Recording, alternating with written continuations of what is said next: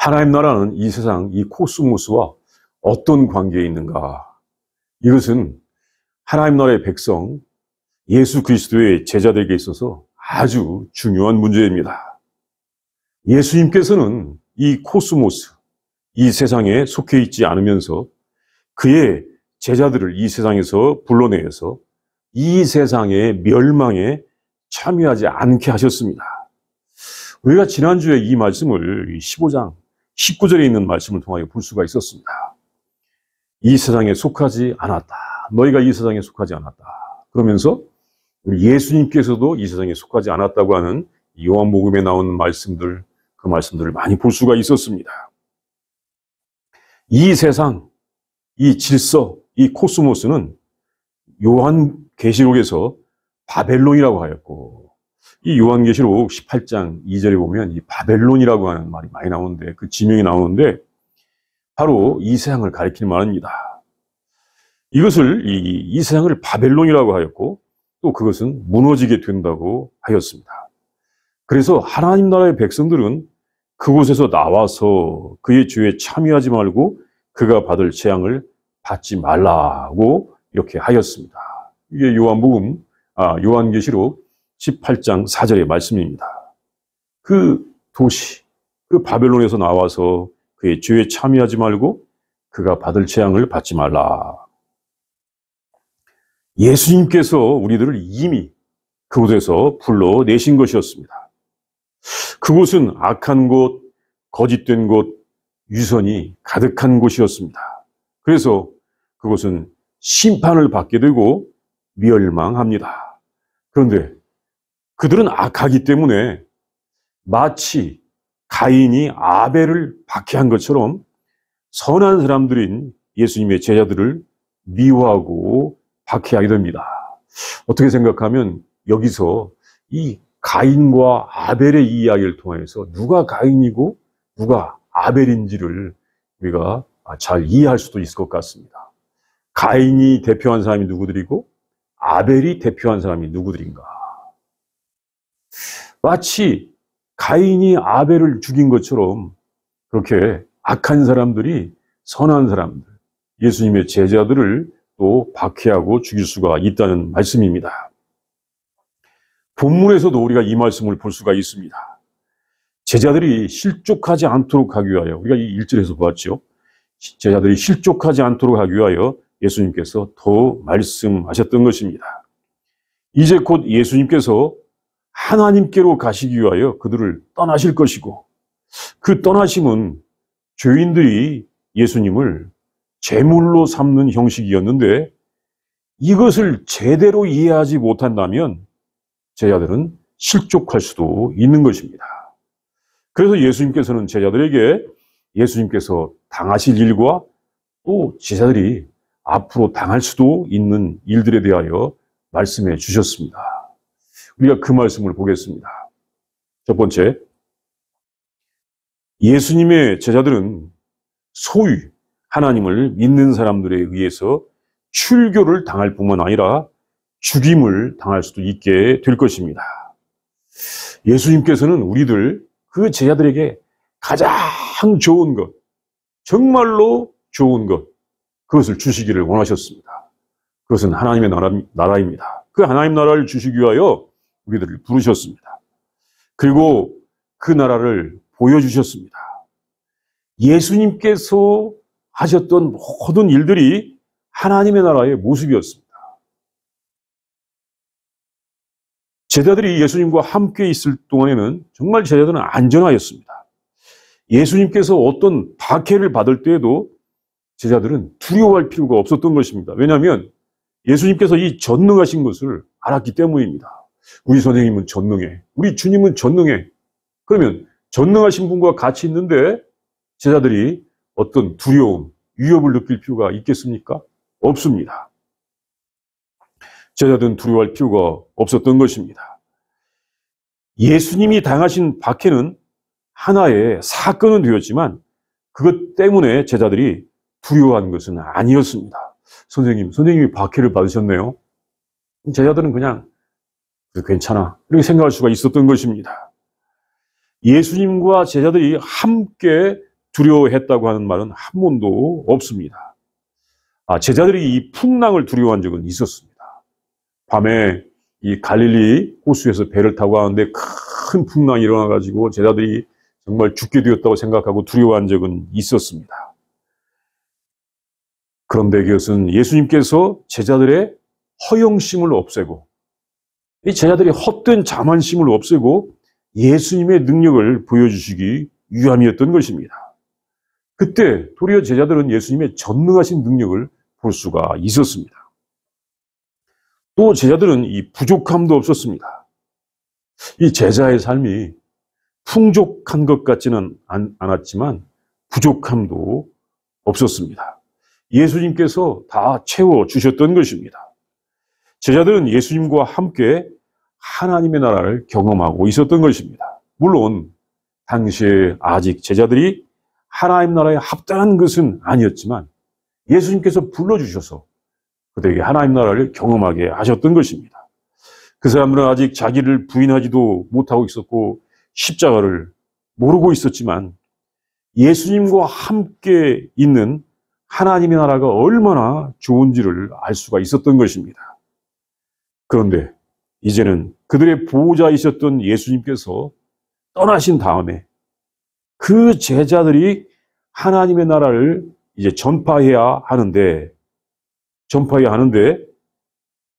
그간에 예수님을 미워하거나 박해하던 사람들이 제자들을 미워하거나 박해하게 될 것입니다. 예수님께서 당하시던 그 박해를 제자들이 직접 경험하게 될 것입니다. 제자들이 예수님의 증인으로서 하나님 나라를 보여주신 중에 하나님의 나라를 모르는 사람들은 제자들을 회당에서 쫓아내고 박해하여 죽이기도 할 것입니다. 악인들은 하나님의 나라가 자기들에게 위험하고 자기들의 이 탐욕에, 악인들의 이 탐욕에 손해가 된다고 생각하기 때문에 제자들을 박해하고 또 회당에서 쫓아내는 것입니다. 우리 성경 본문에는 이 출교를 당한다, 또 어떤 데는 출애를 당한다 이렇게 표현했는데 이 말은 유대교의 회당으로부터 추방을 당하는 것입니다. 이것은 그 사회로부터 쫓겨나는 것입니다. 그간에 맺었던 관계들로부터 단절되기 때문에 생존에도 위협이 될 수 있는 심한 박해인 것입니다. 예수님께서 이 부활 승천하신 후에 제자들이 예수님을 증거할 때 제자들은 이런 박해, 위협을 당하였습니다. 우리가 이것을 사도행전에서 볼 수가 있습니다. 사도행전 5장에 보면 베드로와 요한은 예수님의 부활을 증거하다가 감옥에 갇히기도 하였고 또 매를 받기도 하였습니다. 예수님의 부활의 증인이 되고 하나님 나라를 전하는 것이 정말 많은 열매를 맺어서 큰 기쁨, 정말 감사한 일도 있지만 이렇게 박해, 환난도 있는 것입니다. 또 7장에 보면 스데반은 예수님을 증언하다가 돌에 맞아서 죽기도 하였습니다. 또 12장에 보면 야고보는 죽임을 당하기도 했던 것입니다. 제자들이 복음을 전파하는 것은 사람들을 죄로부터 회개하게 하고 하나님의 나라로 부르는 부르심이었지만 한편으로는 제자들이 많은 박해와 위협을 당하였습니다. 나중에 회개하고 바울이 된 사울이 아직 바울이 되기 전에 이 각 집에 들어가서 예수님을 믿는 사람들을 잡아서 감옥에 집어넣기도 하였습니다. 또한 나중에 이 예수님의 제자가 된 이 바울, 제자가 되기 전에 이 바울은 나중에 제자가 되었는데 복음을 전하는 중에는 자기가 수없이 많은 박해를 당하였습니다. 그는 유대교로부터 이 죽음의 위협을 당하여서 가까스로 탈출을 하기도 하였습니다. 사도행전 9장에서 볼 수가 있습니다. 그는 유대교로부터 완전히 이 배신자로 낙인이 찍혔습니다. 복음을 전하러 다닐 때마다 각처에서 유대인들로부터 많은 반대와 박해를 받았던 것입니다. 예수님의 제자들은 하나님 나라를 전하다가 박해를 당하였습니다. 예수님께서 받던 미움과 박해를 이제는 제자들이 받았던 것입니다. 하나님 나라는 정말 좋은 나라인데 그 좋은 하나님 나라, 그 하나님 나라를 알지 못하는 사람들이 하나님 나라를 싫어하기 때문에 제자들이 박해를 받았던 것입니다.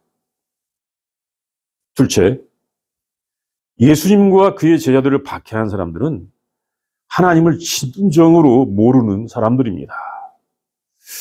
사람들이 예수님의 제자들을 박해할 때 그 사람들은 그것이 하나님을 섬기는 일이라고 주장하였습니다.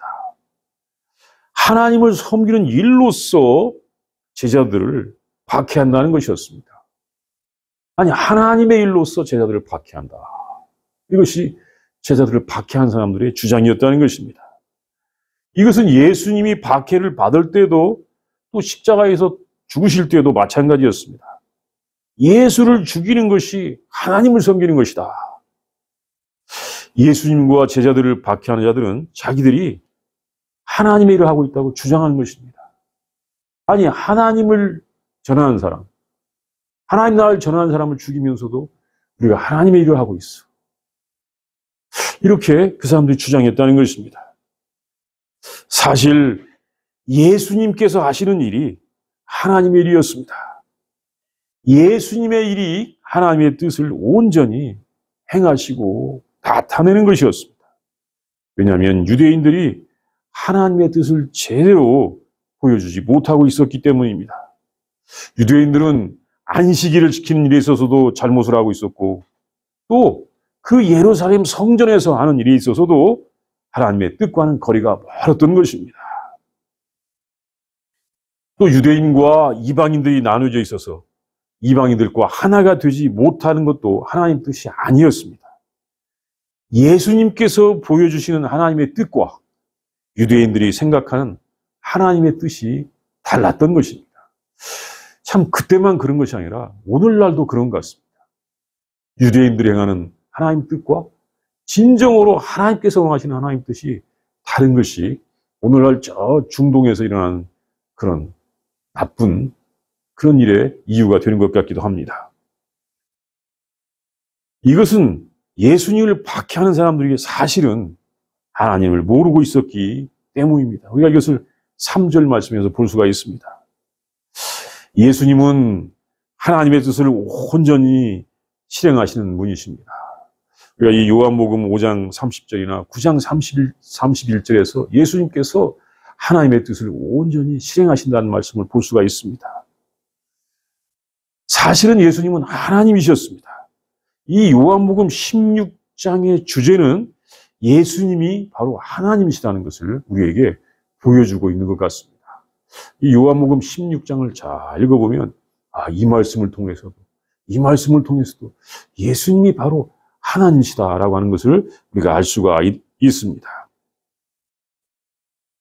그때 예수님께서는 아직 땅에 계시기 때문에 하늘에 계신 하나님과는 다르다고 우리가 생각하였지만 16장에는 여러 말씀을 보면 예수님께서는 땅에 계신 하나님이셨습니다. 그래서 하나님은 삼위일체이시고 예수님이 우리의 하나님이시라고 우리는 그렇게 고백할 수밖에 없는 것입니다. 예수님이 하나님의 아들이라는 것은 베드로의 신앙 고백이었습니다. 마태복음 16장 16절에서 주는 그리스도시요 살아계신 하나님의 아들입니다 라고 베드로가 고백을 했고 굉장한 칭찬도 받고 그 고백 위에 교회가 세워지게 되었습니다. 또한 예수님이 하나님의 아들이시라는 것은 마르다의 신앙 고백이었습니다. 요한복음 11장 27절에서 우리가 볼 수가 있었습니다. 또 이것은 바로 우리의 신앙 고백입니다. 그런데 제대로 한다면 예수님은 바로 하나님이십니다. 예수님은 하나님이십니다. 예수님을 박해한 사람들, 유대인들은 이것을 몰랐던 것입니다. 유대인들은 그때까지 하나님에 대하여 가장 잘한다고 자기들이 주장은 하였지만 그들은 예수님이 하나님이라고 하는 사실을 몰랐던 것입니다. 그래서 예수님을 미워하고 박해하고 예수님의 제자들을 미워하고 박해하였습니다. 그러면서 자기들이 하나님을 섬기고 있다고 생각했던 것입니다. 하나님을 안다고 하는 유대인들이 그렇게 했다면 하나님에 대하여 알지 못하는 사람들은 얼마나 그 제자들을 박해할 수가 있을까요? 사실 누군가 사람을 미워하고 박해하는 것은 하나님의 뜻이 아닙니다. 우리가 잘 알아야 됩니다. 누군가를 미워하고 박해하는 것 하나님 뜻이 아닙니다. 예수님께서 보여주신 하나님은 사랑의 하나님이십니다. 원수도 사랑하고 미워하고 박해한 자를 위해서 기도하라고 하셨습니다. 이것이 하나님의 뜻입니다. 이 유대인들이 하나님을 섬긴다고 하면서도 누군가를 출교하고 죽이는 것은 특별히 이 열심당이라고 하는 그 분파, 열심당들의 행동이었다고 합니다. 그들의 이 역사 속에 상당히 중요한 역사가 하나 있는데, 수전절, 이 미국에 있기 때문에 우리가 이 한우카라는 말을 많이 듣고 요즘 한국에서도 한우카라는 말을 가끔 듣는 것 같습니다. 이 한우카, 이 수전절의 기원이 된 마카비 혁명이라고 하는 사건이 있습니다. 간단히 보면 이런 이야기입니다. 예수님께서 아직 그 땅에 오시기 전인 기원전 166년경에 유대 나라가 시리아의 안티오쿠스 4세에서 이 지배를 받을 때 예루살렘 성전을 헬라의 이 제우스 신전처럼 만들기 위해서 모든 이스라엘 사람들에게 이 우상 숭배를 하도록 강요를 했을 때 마카비 형제의 아버지인 마타디아스가 이것을 강요하는 시리아의 군인들과 유대인 변절자들을 찔러 죽이고 나서 하나님과 율법의 열성을 가진 자들은 나를 따르라 라고 하면서 시작한 이 마카비 저항 운동이 있었는데, 어떻게 보면 이 마카비 형제 아버지가 대단히 믿음에 열정이 있었던 사람입니다.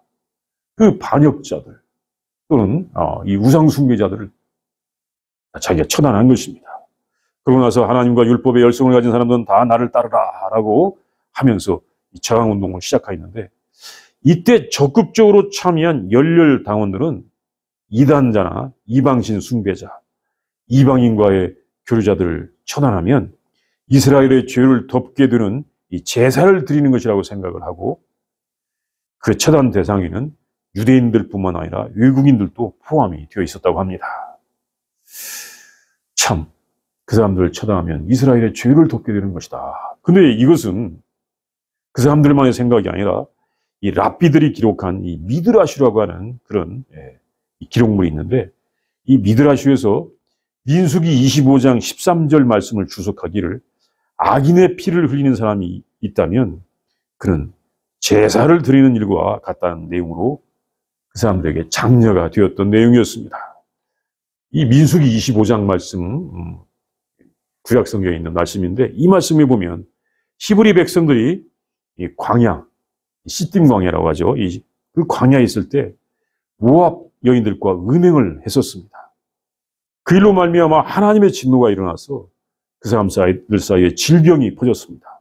그때 아론의 손자인 비느하스가 음행하는 남자와 여자를 죽였는데, 그렇게 죽이자 그 질병이 그친 일이 있었던 것입니다. 이렇게 범죄한 사람들을 심판한 일이 하나님의 일이라고 하는 생각이 있었습니다. 어떻게 생각하면 하나님의 계명을 어기고 명백히 큰 잘못을 행할 때에는 즉각적으로 하나님께로부터는 징벌이 있을 수도 있겠지만, 이것을 사람이 행한다면 이것은 지극히 제한적이고 또 아주 조심스럽게 실행되어야 하는 것입니다. 그리고 죄 없는 자가 그것을 행해야 했던 것입니다. 문제는 그 사람들이 진정으로 하나님의 뜻을 몰랐던 것입니다. 예수님께서 진정으로 하나님의 뜻을 온전히 보여주시고 실행하고 계시는데 그것을 모르고 예수님과 그 제자들을 박해했던 것입니다. 하나님의 일을 한다고 하면서 참된 하나님과 그의 제자들을 박해하였으니 얼마나 잘못된 일입니까? 그런데 이런 일은 중세 시대에도 있었습니다. 종교개혁 시대를 전후로 해서 많은 순수한 믿음을 가진 성도들이 교회의 권력을 가진 사람들로부터 박해를 받는 일이 있었던 것입니다. 많은 사람들이 신앙의 일로 박해를 받았습니다.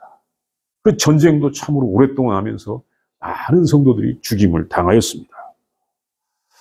이것은 사람들이 시간이 지나면서 어떤 상태에 안주하게 될 때에는 그 조직이 부패하고 타락하기 때문에 항상 깨어서, 항상 깨어있어라.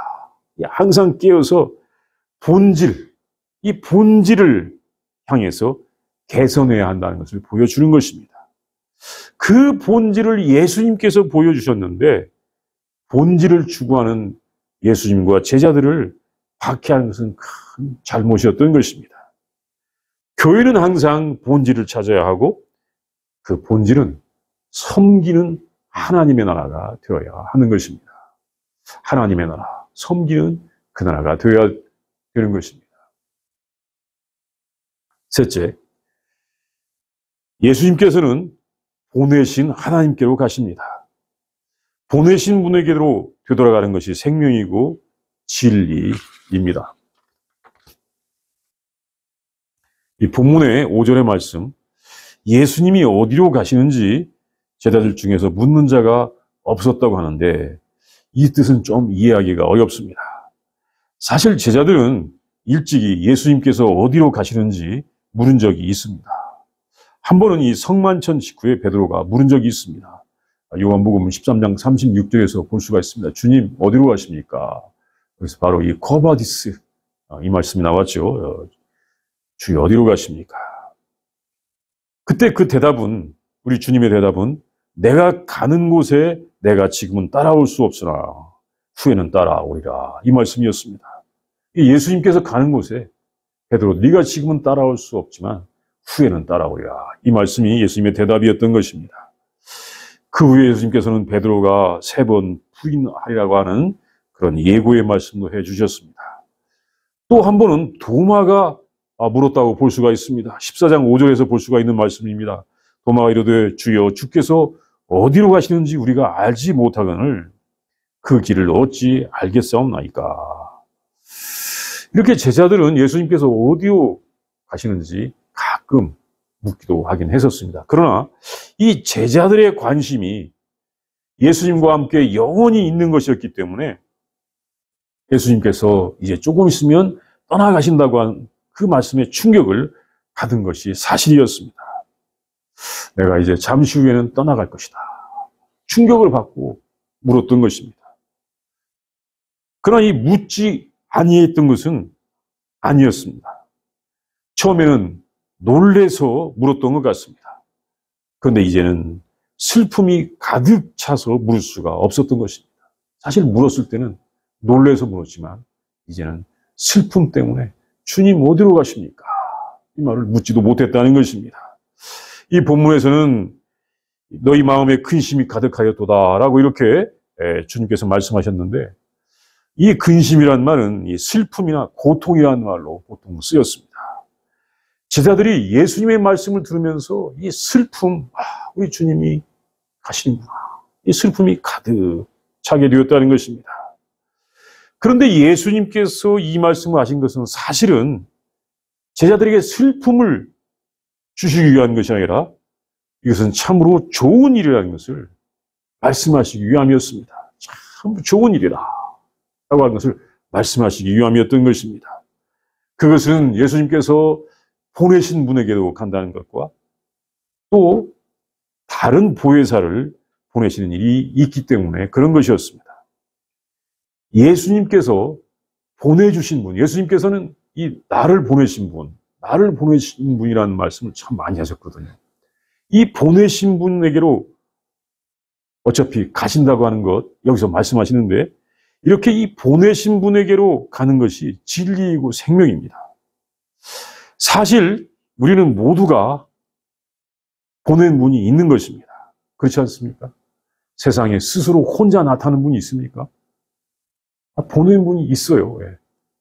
멀리까지, 위에까지 못 간다 할지라도 분명히 자기를 보낸 분이 있어요. 심지어 아버지 어머니가 자기를 오게 하셨다고 생각할 수도 있는 것입니다. 예수님은 자기를 보내신 분 분명히 알았습니다. 그 보내신 분에게로 가신다고 하시는 것입니다. 우리는 그 보내신 분과의 관계에서 살아야 하는 것입니다. 보내신 분과의 이 관계 없이 살다가 그대로 모른 채 할 수는 없는 것입니다. 그 보내신 분, 우리를 보내신 분은 영생하시는 하나님 아버지십니다. 우리가 이 영생하시는 하나님 아버지께로 갈 때 우리가 영생을 얻게 되는 것입니다. 예수님께서 보내신 하나님 아버지께로 돌아간다. 그리고 제자들도 그렇게 보내신 분이신 하나님께로 가게 될 것입니다. 바울 사도는 이것을 대단한 진리로서 전해주었습니다. 이 로마서의 이 교리 부분의 마지막 결론인 로마서 11장 36절에 보면 이런 말씀이 있습니다. 이는 만물이 주에게서 나오고 주로 말미암고 주에게로 돌아갑니다. 그의 영광이 세세 있을지어다. 아멘. 우리가 누구에게서 보냄을 받았고 그 보내신 분에게로 다시 되돌아간다. 이것이 진리이고 구원인 것이고 은혜요 생명이라는 것입니다. 여기에 영생이 있는 것입니다. 하나님 아버지를 모르고 고아처럼 지내는 사람들에게 우리에게는 아버지가 계시고 아버지가 계시기 때문에 우리는 서로 자녀들이고 그렇기 때문에 서로 사랑하면서 사는 것이 하나님의 뜻인 것을 알려주는 것입니다. 이 코스모스, 이 세상에서 예수님의 제자들에 대한 박해나 미움은 아버지께로 가는 것을 모르거나 부인하는 사람들에게서 일어나는 것입니다. 우리는 우리를 보내신 분, 영원하신 하나님께로 예수님처럼 돌아간다는 것을 늘 마음속에 간직하면서 우리가 돌아갈 아버지의 집이 있다는 것을 늘 생각하고 살아야 하는 것입니다.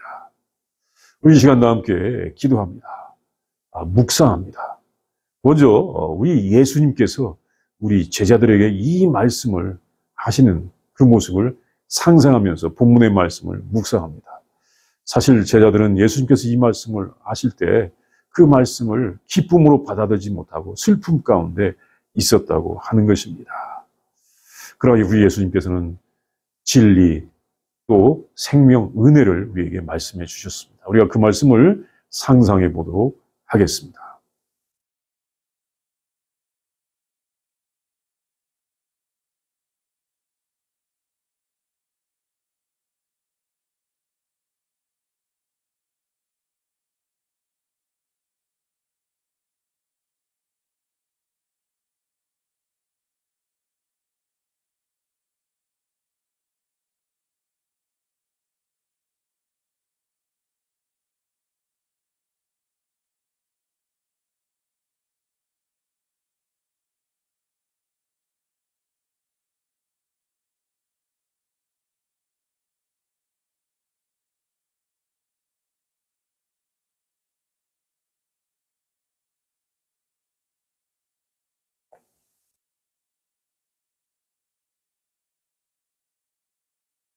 하나님 아버지 감사합니다.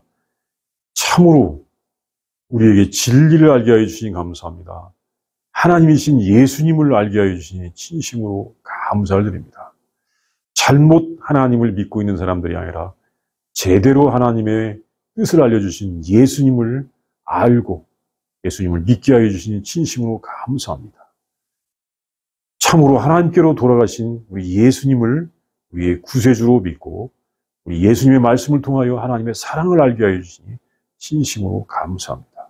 하나님, 우리가 예수님의 제자로 부름을 받은 것을 날마다 기뻐하고 감사하면서 우리가 예수님처럼 하나님께로 돌아가서 영생을 누리게 된다는 것을 알고 날마다 하나님을 찬양하고 우리 하나님을 의지하는 삶을 살게 하여 주시옵소서. 우리 예수님의 말씀을 통하여 우리가 하나님의 사랑을 알게 하여 주시옵시고 하나님의 뜻을 알게 하여 주시옵소서. 하나님 온 땅에 우리 하나님의 말씀이 가득하게 하여 주시옵소서. 하나님 우리를 불쌍히 여기시고 긍휼을 베푸시며 인도하여 주시옵소서. 예수님의 이름으로 기도합니다. 아멘.